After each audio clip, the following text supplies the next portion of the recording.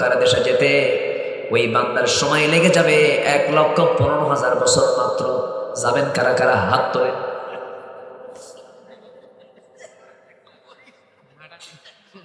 ঘাটাতি শেষ না? এই যে কি সুন্দর করে বলো, ঘাটাতি শেষ মানে রাস্তায় শেষ। আমাদের ভাষাগুলো অনেক সুন্দর, মাশাআল্লাহ, বলি আলহামদুলিল্লাহ। বহুদিন আগে এই যে নোয়াখালী থেকে আসলাম কালকে, ওই নোয়াখালীতে একটা মাহফিল ছিল আমার। আমাকে বললো, হুজুর উত্তরবঙ্গের মানুষ তো এক ভাষায় কথা বলে, আমরা আরেক ভাষায় কথা বলি, তা আপনি এমন একটা বাক্য বলবেন উত্তরবঙ্গের যেটা আমরা বুঝবো না।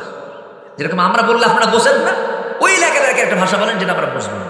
তো আমার হোম টাউন আবার বগুড়া, আমার বগুড়ায় জন্ম। তো আমি বগুড়া শহরের চার মাথা নাম শুনেছেন তো? বগুড়া তো মাথা মেলা, বহু মাথা, 4 মাথা, 3 মাথা, 7 মাথা, 14 মাথা। আচ্ছা, মাথা খালি মাথা, ওখানে কোন ঠ্যাং ঠুঙ্গার হাত উঠবে।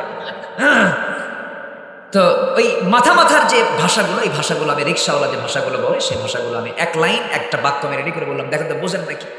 বললাম, কে রে তুই আলুতে আলু ওয়াক্কালি আলু। কি বুঝতেছেন আপনারা? ভাষাতে মিল আছে, হয়তো আপনার একটা টান দেন বেশি, তারা টান একটু কম, কিন্তু ভাষার মিল আছে, কিন্তু একটা লয়, একটা তাল আছে, মিল আছে। বললাম, কে রে তুই আলুতে আলু ওয়াক্কালি আলু। বুঝতেছেন তো নাকি? তুমি আসলে তো আসলে, ওকে কেন নিয়ে আসলে?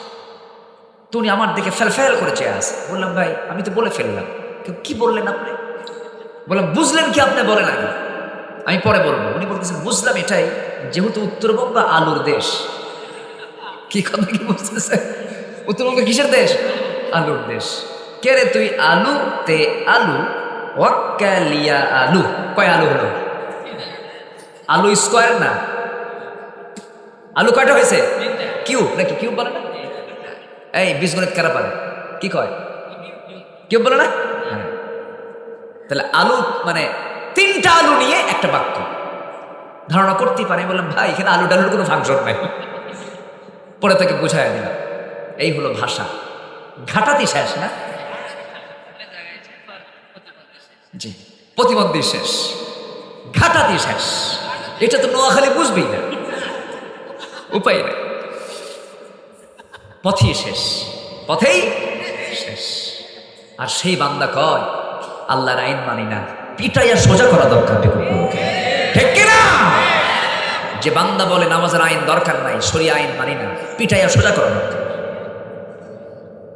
সম্মানিত ভাইয়েরা, নামাজ আমরা পেয়েছি, আল্লাহ পাক কি সুন্দর করে উপহার দিয়েছেন। যেরকম সুবহানাল্লাহ। আমার নবীজিকে আল্লাহ পাক বলেন, আমার হাবিব, আমি আপনাকে আরশ আজিমের মেহমান বানাবো। যেরকম সুবহানাল্লাহ।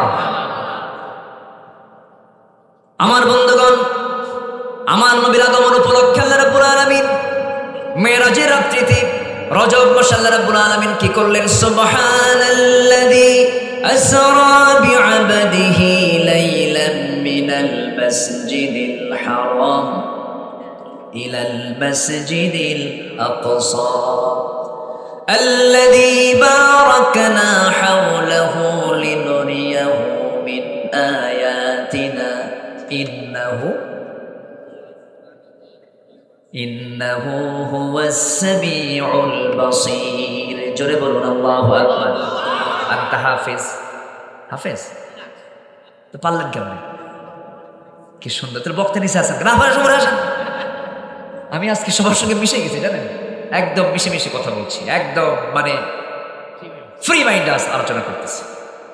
কষ্ট পাচ্ছেন নাকি আপনারা? বলি আলহামদুলিল্লাহ।